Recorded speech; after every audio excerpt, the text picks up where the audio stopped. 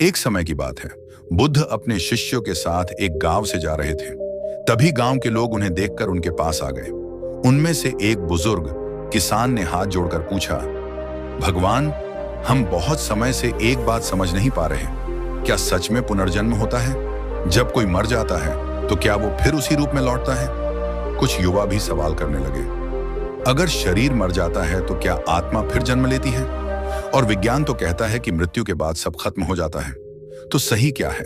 बुद्ध शांत मुस्कान के साथ बैठ गए और बोले, तुम्हारा सवाल बहुत अच्छा है। पहले मैं बताता हूं कि पुनर्जन्म का मतलब क्या है। जब कोई मनुष्य मरता है, उसका शरीर समाप्त हो जाता है, पर उसके कर्म, उसके विचार, उसकी आदतें जैसे बीज मिट्टी में दबकर अंकुर बनते हैं, वही आगे बढ़ते हैं। इसका अर्थ यह नहीं कि वही चेहरा, वही शरीर लौटेगा, बल्कि वही ऊर्जा, वही प्रभाव, उसी प्रवृत्ति से नया जीवन आकार लेता है। इसे ही हम पुनर्जन्म कहते हैं। गांव वाले ध्यान से सुन रहे थे। बुद्ध ने फिर विज्ञान की ओर इशारा करते हुए कहा, विज्ञान कहता है कि शरीर पंच तत्व से बना है, मिट्टी, जल, अग्नि, वायु और आकाश।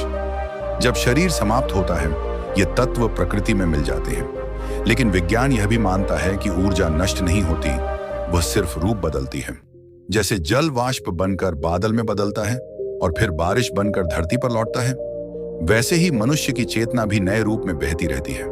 भले विज्ञान इसे आत्मा न कहे, पर यह स्वीकार करता है कि ऊर्जा का रूपांतरण होता है। फिर एक महिला ने पूछा, तो क्या हम वही व्यक्ति नहीं रहते?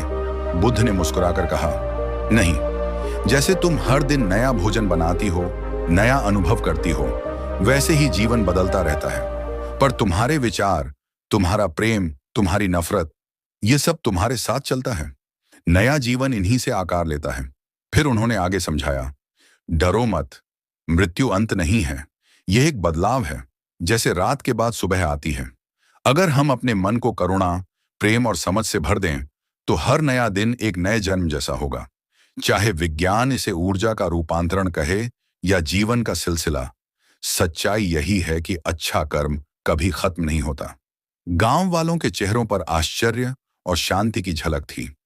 वे समझ गए कि पुनर्जन्म कोई रहस्य नहीं, बल्कि जीवन की निरंतरता है। बुद्ध ने अंत में कहा, जीवन को अच्छे कर्मों से भर दो, यही तुम्हारा असली खजाना है, यही तुम्हें आगे ले जाएगा। गांव वाले नतमस्तक हो गए। उस दिन सबने जाना, मृत्यु से डरने की बजाय जीवन में जागरूक होकर प्रेम, करुणा और सद्कर्म से अपने हर दिन को नया जन्म बनाना ही असली साधना है।